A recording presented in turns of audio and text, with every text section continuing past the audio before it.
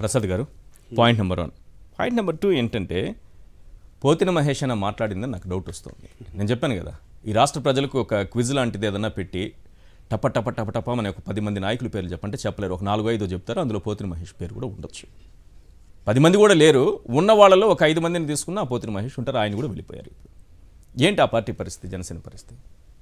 ముందుగా సాక్షి ప్రేక్షకులకు నమస్కారం అండి, అలాగే ప్యానెల్లోని పెద్దలకి మీకు కూడా నమస్తే అండి. నమస్తే సార్. సార్, పరిస్థితి అని మీరు అడుగుతున్నారు కానీ సార్, స్థితే లేని దగ్గర పరిస్థితి ఏముంటుంది? స్థితికి గమనం తప్పినప్పుడే ఇలాంటి ఉపద్రవాలు వస్తాయి. ఆయన చాలా బాగా అంటాడు, కొత్త తరానికి విశ్వసనీయతను చూపిస్తారు, లేకపోతే కొత్త మార్గం చూపిస్తారు అంటారు. దాన్ని విశ్వాసఘాతకం చేయడం అంటారు దీన్ని. ఎందుకంటే నమ్మిన వాడిని నట్టేట ముంచడంలో పవన్ కళ్యాణ్, చిరంజీవిని మించిన లేరు. ఎందుకంటే ఆనాటి ప్రజారాజ్యం పార్టీ కూడా ఆ సామాజిక వర్గం నిజంగా అతిరథ మహారాజులందరూ తెలుగుదేశం కాంగ్రెస్ని కాదని జాయిన్ అయిన వాళ్ళందరూ కూడా within a span of no time, అది ఆ రోజు ఆపన్నహస్తం కింద కాంగ్రెస్ ఉంది కాబట్టి, కానీ అంటే వాళ్ళ పుట్టి ఎలా మూలిగిపోయిందో అందరికీ తెలిసిన ఉదంతమే. అండ్ ఇక్కడ మీరు వచ్చేసరికల్లా ఈ పోతిన మహేష్ గారు, నేను చాలా డిబేట్లో కూడా పార్టిసిపేట్ చేశాను ఆయనతోను. Is a credible person. ఎందుకంటే కన్న తల్లి లాంటి పార్టీని కన్న తల్లి కన్నా ఎక్కువగా గౌరవిస్తున్న వ్యక్తుల్లో అతను ఒకడు. ఇవాళ అతనికి ఆ సుజనా చౌదరి అనే పారాచూట్ బ్యాచ్ గడికి ఇచ్చే కన్సిడరేషన్ కూడా ఆయనకి ఇవ్వకపోతే నిజంగా గ్యారంటీగా మనోభావాలు గ్యారంటీగా హర్ట్ అవుతాయి. ఇక్కడ మీకు ఆ పార్టీకి ఉన్న డొల్లతనం మీకు చెప్తాను. నిజంగా మీరు అన్నట్టు వేళ్ల మీద లెక్క పెట్టే నాయకులను కూడా సంధానపరుచుకోలేని ఒక నిస్సాయ స్థితిలో ఉన్న ఒక వ్యక్తి నాయకుడు అని అంటాడండి. ఎందుకంటే వాళ్ళు ఈ రోజు దాకా ఆయన స్థితి గతి అన్నీ తెలిసి కూడా ఇప్పుడు మాట్లాడుతున్నాడు ఆ పోతిన మహేష్. ఇంతకన్నా ముందు నుంచి ఆయన బలభాగ్యంలో లోపల దాచుకొని ఈ దరిద్రం అంతటిని భరిస్తున్నాడు. ఈ దరిద్రాన్ని అంతటిని భరిస్తూ కూడా ఎస్ మా నాయకుడిని మించిన లేడు అన్నాడు ఇవాళ మాట్లాడుతున్నాడు. అంటే ఇంకా అతన్ని కూడా ఎంత లెవెల్లో ఫ్రస్ట్రేట్ చేశారో చూడండి. ఇప్పుడు మాటకొస్తే ఒక రాజకీయ క్షేత్రంలో మొన్న 2019లో గెలిచిన ఎలక్షన్స్లో ఈ పటాపటి ఓట్లు వచ్చిన వేల మీద లెక్కెట్టి ప్రజారాజ్యం పవన్ కళ్యాణ్ గారి పార్టీలో జనసేనలో ఆయన ఒకడు. అలాంటి వాళ్ళకే కన్సిడరేషన్ లేకపోతే వేరే వాళ్ళ కోసం పైపచ్చి 70-75% పైచీలకి వేరే పార్టీల నుంచి వచ్చిన వాళ్ళకి టికెట్లు ఇవ్వడానికి ఈ పార్టీ దానికి పార్టీ ఎందుకు? Even parasite also lives certain time. ఆయన ఇచ్చింది 21లో 10 మందికే పార్టీ నాయకులకు ఇచ్చినట్టున్నారు. 11 ఏమో టీడీపీ నుంచి వచ్చిన వాళ్ళు, అంటే చంద్రబాబు చెప్పిన వాళ్ళు, లేకపోతే వైఎస్ఆర్సీపీ నుంచి వచ్చిన వాళ్ళు, వీళ్ళకి ఇచ్చేసుకున్నారు. 10 మంది 70% పైచీలకి అని చెప్తుంటే మీరు చూడండి, ఒక 5-6 మించి లేరు వాళ్ళ దగ్గర. సో ఓవరాల్గా ఇక్కడ అందులో కూడా ఇలాంటి ప్రథమమైన నాయకులు గుర్తింపు గొర్రెలేదంటే అలా బొలిశెట్టి సత్యనారాయణ గారికి ఇచ్చారు. ఆయన కూడా అలో లక్ష్మణ్ ఎడిస్తేనే కానీ టికెట్ రాలేదు కదా.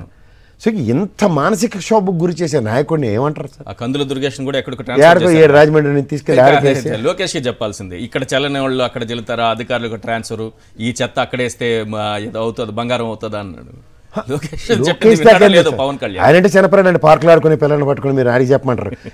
అంత పెద్ద మనిషి చంద్రబాబు నాయుడికే పట్టుకుని ఆయన తాడేపల్లిగూడెం ఇట్లా పరిసర ప్రాంతాల్లో మాట్లాడిన within span of no time ఆ పుట్టమది మహేష్ గారిని తీసుకొచ్చి ఆడ పెట్టాడు.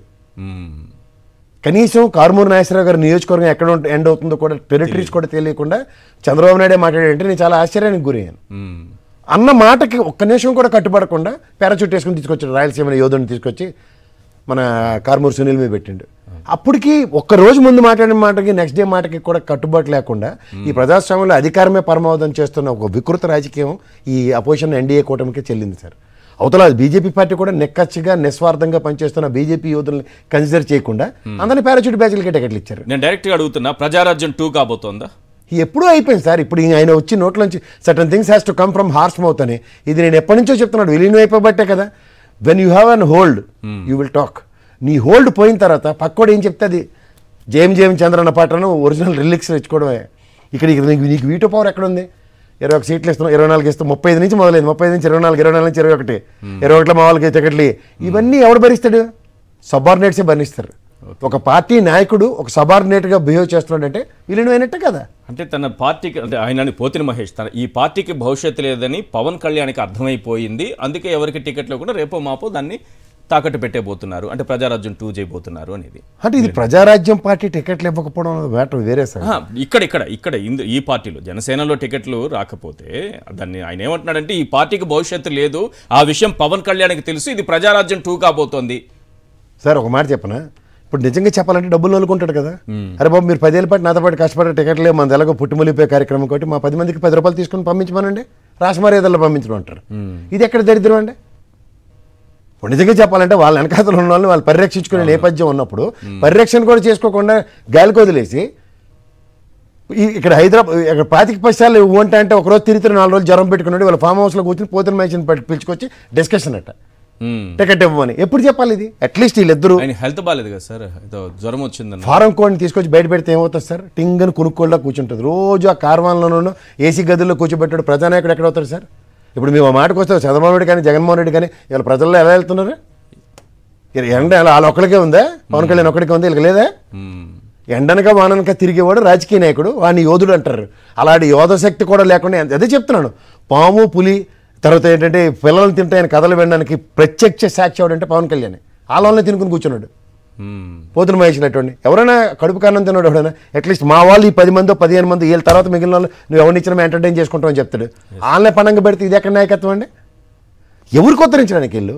ఓ భీమవరం అంటాడు, గడికేమో భీమవరం నుంచి పారిచ్చిపోయి గాజువాక్ అంటాడు. ఈరోజు 2 దగ్గర ఆర్తపల్లం పెడితే వాళ్ళు తీసుకొచ్చి పిఠాపురం అంటాడు. ఈ పిఠాపురంలో కొన్ని నిలకడ ఉందా? ఓ స్థానికత లేదు, ఓ స్థానిక నాయకుడు లేదు. అక్కడ కూడా వర్మ కడుపు కొట్టి ఇక్కడ తీసుకొచ్చి పిఠాపురం టికెట్ ఇచ్చారు. పోనీ అక్కడ నువ్వు చూసుకో, ఇది కరెంట్ పాస్ ఆటలాడుతాం చూడండి చిన్నప్పుడు, నాకు ఒంట్లో బాల్ నువ్వు చూసుకొని మళ్ళీ వర్మకే చేతికిస్తాడు. అలా వర్మ క్యాడర్ అంతా కింద ఎలా రగిలిపోయినారో తెలుసా సార్?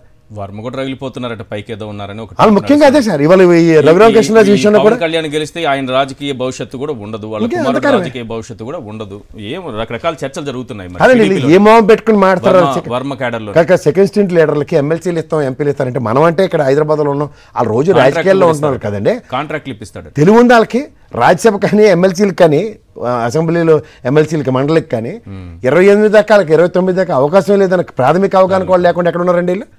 వీళ్ళ రాజకీయ నాయకులు. ఇంకొక మాట సమాధానం చెప్తారా? పోతిన మహేష్ మాట్లాడుతూ రేపు పవన్ కళ్యాణ్ పిఠాపురంలో గృహప్రవేశం చేస్తున్నారు, ఆ గృహప్రవేశానికి అన్నా లెజెనోవాతో కలిసి ఆయన రావాలి అన్నారు. ఎందుకు ఆ మాట అన్నారు నాకు అర్థం కావట్లేదు. ఇప్పుడు ఆల్రెడీ కర్ణుడి సాగుకు 100 కారణాలు ఎత్తుక్కుంటున్న పవన్ కళ్యాణ్కి ఏడు చెప్పాడు, నాకు ఒంట్లో బాగోలేదు రావట్లేదని ఇవాళ ఎగ్గొట్టాడు ఎర్రమంచిలి. ఇప్పుడు రేపు పొద్దున గృహప్రవేశం అని చెప్పి పెట్టగదికి మళ్ళీ అక్కడి నుంచి ఎగేసుకొని రావాలి కదా. ఈ జ్వరం అన్న దాన్ని ఎక్స్టెండ్ చేయడానికి ఈయన ఒక సలహా ఇచ్చినట్టే చెప్పాలి. ఆమె ఎక్కడ రష్యాలోనో సింగపూర్లోనూ ఉంది, ఏడొస్తుంది ఆవిడ? ఆవిడ వచ్చే పరిస్థితి కూడా లేదు. సో ఇలాంటి దాంట్లో ఎక్కడ తీసుకొస్తారు, ఏం చేస్తారు? రైట్. సో వీళ్ళకి ఏంటంటే సార్ అపవాదులు మోసి మోసి మోసి ఆ పవన్ కళ్యాణ్ యొక్క వ్యక్తిగత హననం మీద పాపం ఇలాగ బ్యారికేడ్లో నిలబడ్డారు వీళ్ళందరూ. అలాంటి వాళ్ళకి వచ్చిన కష్టం ఇది, అంతకని ఇంకేం లేదు.